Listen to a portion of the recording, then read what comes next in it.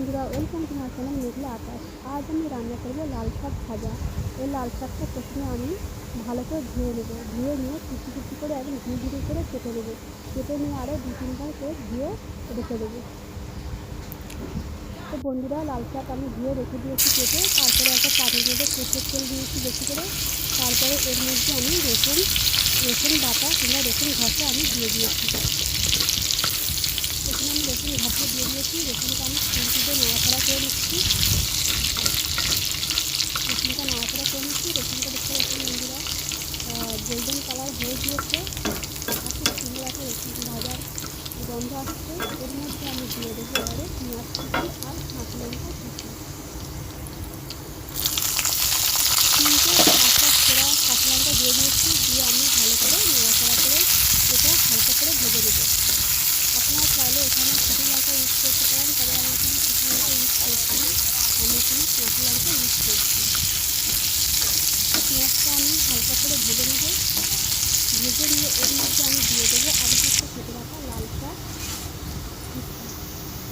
আমি ঝিরি করে লাল শাকটা কুচিয়ে রেখেছিলাম। এই কুচিয়ে রাখা লাল শাকটা আমি এখন তেলের মধ্যে দিয়ে দেবো। আপনারা পুরোপুরি ভিডিওটা দেখুন, স্কিপ না করে। আশা করি আপনাদের এই রান্নার ভিডিওটি অবশ্যই ভালো লাগবে। আর লাল শাক খেলে কিন্তু চুল পড়া অনেকটাই বন্ধ হয়।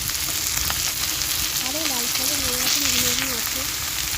তো লাল শাকটা আমি দিয়ে দিয়েছি। এরপরে আমি খুন্তি দিয়ে হালকাভাবে নাড়াচাড়া করে দেবো।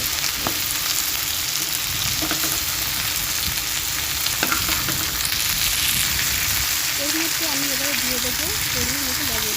লাল শাকটা প্রথমে যখন কড়া কিংবা কাঠের মধ্যে দেওয়া হয় তখন দেখে মনে হয় যেন অনেকটা লাল শাক।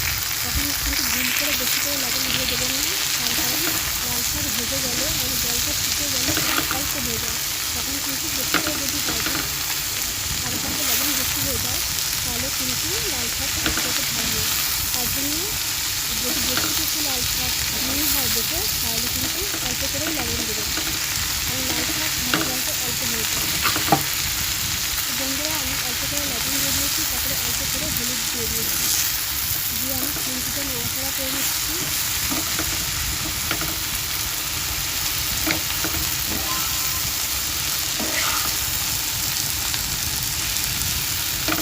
এরপরে লাল শাকটা আমি ঢাকা দিয়ে দেবো। কারণ লাল শাকের থেকে এখন জল উঠবে। জলের ফলে লাল শাকের ডোটাটা অনেকটা সিদ্ধ হয়ে যাবে। সেই হিসাবে আমি এখন লাল শাকটা ঢাকা দিয়ে দেবো।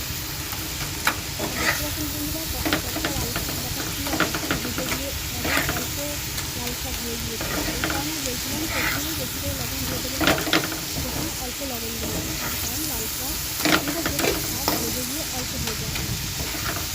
এরপরে আমি ঢাকা দিয়ে দেবো।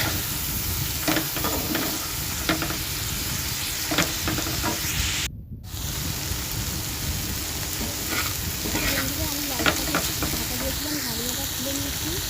আর এখন আমি খুন্তি দিয়ে সমানে এরকমভাবে বেশি করে চেপে নাড়াচাড়া দিয়ে ভেজে দেবো। এরকম করে ভেজে দেবো লাল শাকটা, যাতে লাল শাক আর লাল শাকের ডোটা ভালো মতো নরমে যায় আর জলটা বেরিয়ে শুকিয়ে যায় আর তেলটা বেরিয়ে আসে। এই কারণে আমি যতবারই খুন্তিতে নাড়াচাড়া করবো এইরকমভাবে খুন্তি দিয়ে একটু ঢাকা দিয়ে দেবো। এরকমভাবে ঢাকা দিয়ে দেবো।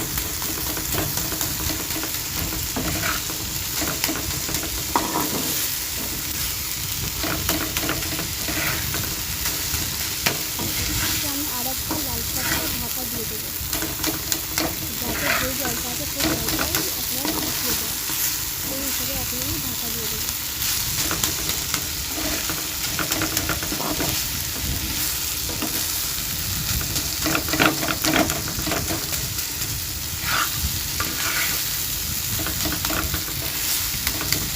বন্ধুরা, আমি ঢাকা তুলে নিয়েছি। লাল শাক আমার প্রায় অনেকটা হয়ে গিয়েছে। বন্ধুরা, কেমন লাগলো আপনাদের এই লাল শাকের রেসিপিটি? যদি আপনাদের এই ভিডিওটি ভালো লেগে থাকে তাহলে অবশ্যই লাইক, শেয়ার, কমেন্ট এবং সাবস্ক্রাইব করে আমার পাশে থাকবেন নেক্সট ভিডিওটি দেখার জন্য। সবাই ভালো থাকবেন, সবাইকে ভালো রাখবেন। আমি এই ভিডিওটি এখানেই শেষ করছি। সবাইকে ধন্যবাদ এই ছোট্ট ভিডিওটি দেখার জন্য।